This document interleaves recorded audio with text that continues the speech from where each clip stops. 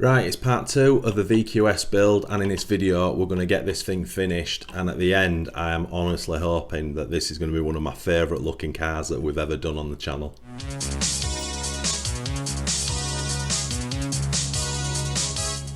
Hey guys, welcome back to Tamiya Legends, and once again thank you for stopping by.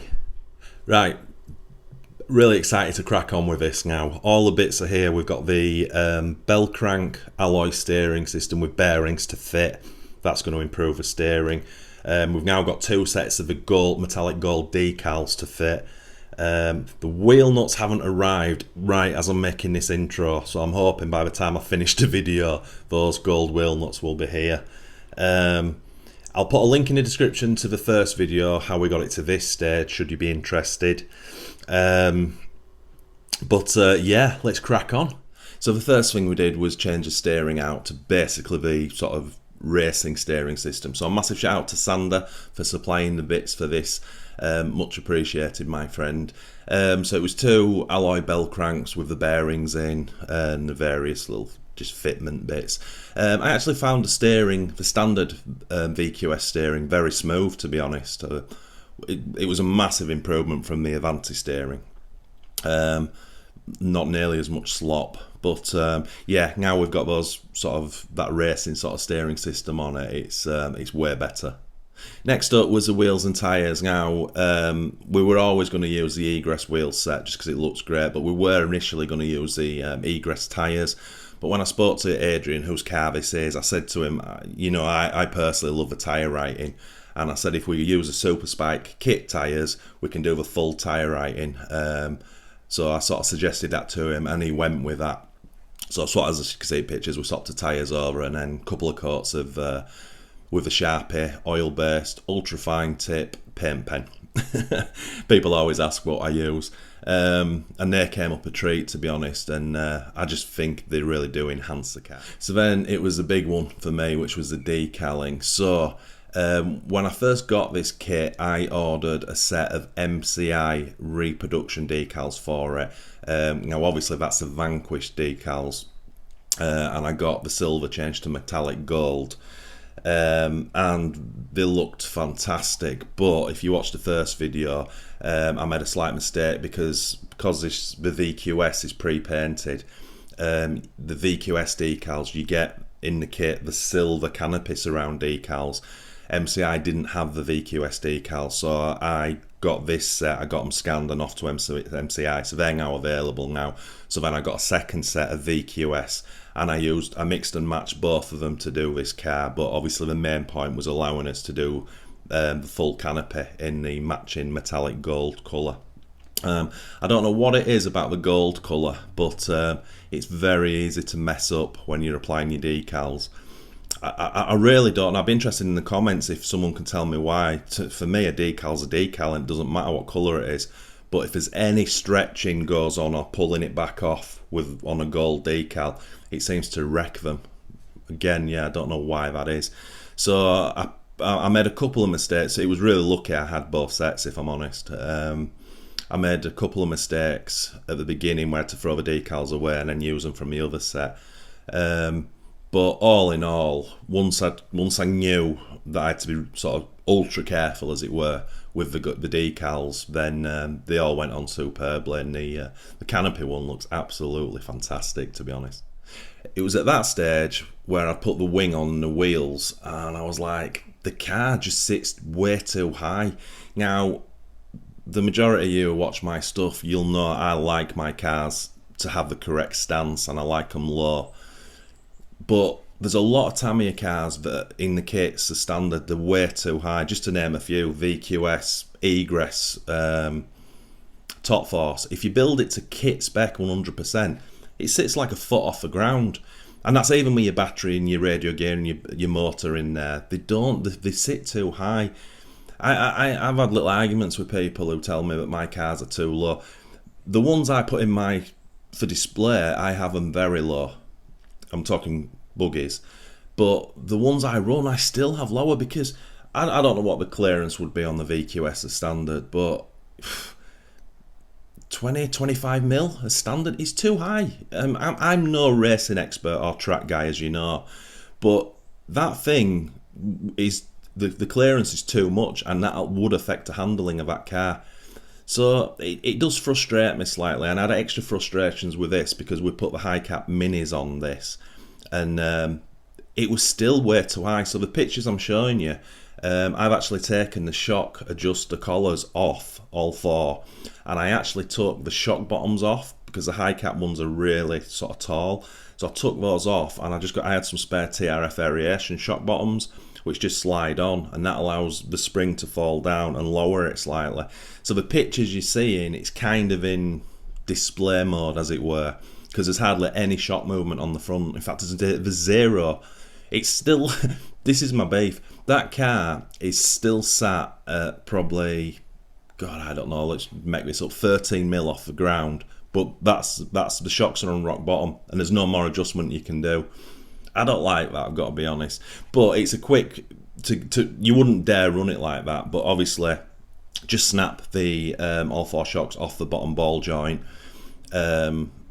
which will allow you to take the shock bottom off, take the spring will fall out, put the shock collars back on, spring back on, and then put the high cap correct bottoms back on, and you're golden again, it's ready to use. So it's kind of, I've done it with two options, but it's quite a quick changeover if Adrian's going to run it. And here's a few pictures of it finished, and I had a little bit of extra work on the decal, and I had a few bubbles. Again, it's almost like it's something to do with the gold colour, I don't know. So there was a couple of areas I really weren't happy with, and it was funny, I tried to pinprick them, the small bubbles. There was about 3 on the car, but when it was on the gold, it looked horrendous. So normally what I would do is I'd pinprick it, and then you just work it through and get the air out. But for some reason it wasn't having it, so I kind of left it, and I almost got to a stage where I was like, that's kind of as good as it's going to get. But as I went back to it, after leaving it for a while, I noticed it had kind of taken care of itself and the air had escaped. Not too sure why it was so delayed. Normally it comes straight out, but yeah, I got to be honest, I love the gold colour. I'm usually a box art man, but if I did get my own VQS in the future, or even an old Vanquish to restore, I would probably order the gold decals again, because I do, my opinion, I just think it looks better. Now obviously the purist box art people are going to disagree with me, and that's fine, because that's what the hobby's all about. I did post pictures to a couple of my friends when I'd finished it, and it got a bit of a mixed reaction. It was like, yeah, some were like, yeah, that's nice, really nice, and some were like, prefer the silver. But you know, it is what it is, isn't it? But yeah, all in all, really like it. So just before we go to the close-up of the car itself, I'll just put this picture up. I just took it outside to make the thumbnail picture, and as you can imagine, the colours pop a lot more, and that gold really sort of comes into light. Certain angles, because obviously the way the gold colour works, you get it in the right lighting, and it's boom, it's just in your face. So yeah, I like it. And there she is. What do you think, my friends? Yeah, I like it. I think it's very, very cool looking. It's all about getting in the right light for the gold to pop, and right now you can sort of see towards the front where the light's hitting it, what it sort of actually looks like under the correct lighting. And then from the other angle, hopefully it's coming across on video, the air intake decals are ace. You kind of only notice them if I point them out, but it's got the gold effect on the inners, and yeah, I kind of think that looks cool. And then my usual customary side shot. I love that. Now, just looking at it, this bolt looks way too long, doesn't it? Now, I thought I double checked that when I was fitting it, because I remember at the time thinking that's way too long. That doesn't look right to me, so I'm going to go check that. That could be a mistake that I've just found in real time. And from the other side, on the side view, it's also a shame that I haven't got the motor around a little bit more, so you can see the Superstock BZ decal. Not too sure if you can manage that, just given the mounting holes that are actually in the motor, but yeah, nevertheless. And then the rear end, looking mighty fine with that huge rear bumper. but that's there to protect the back end because it's a little bit fragile over there. But yeah, I'm not too sure how much damage protection that actually gives, to be honest. And then the final close-up shot.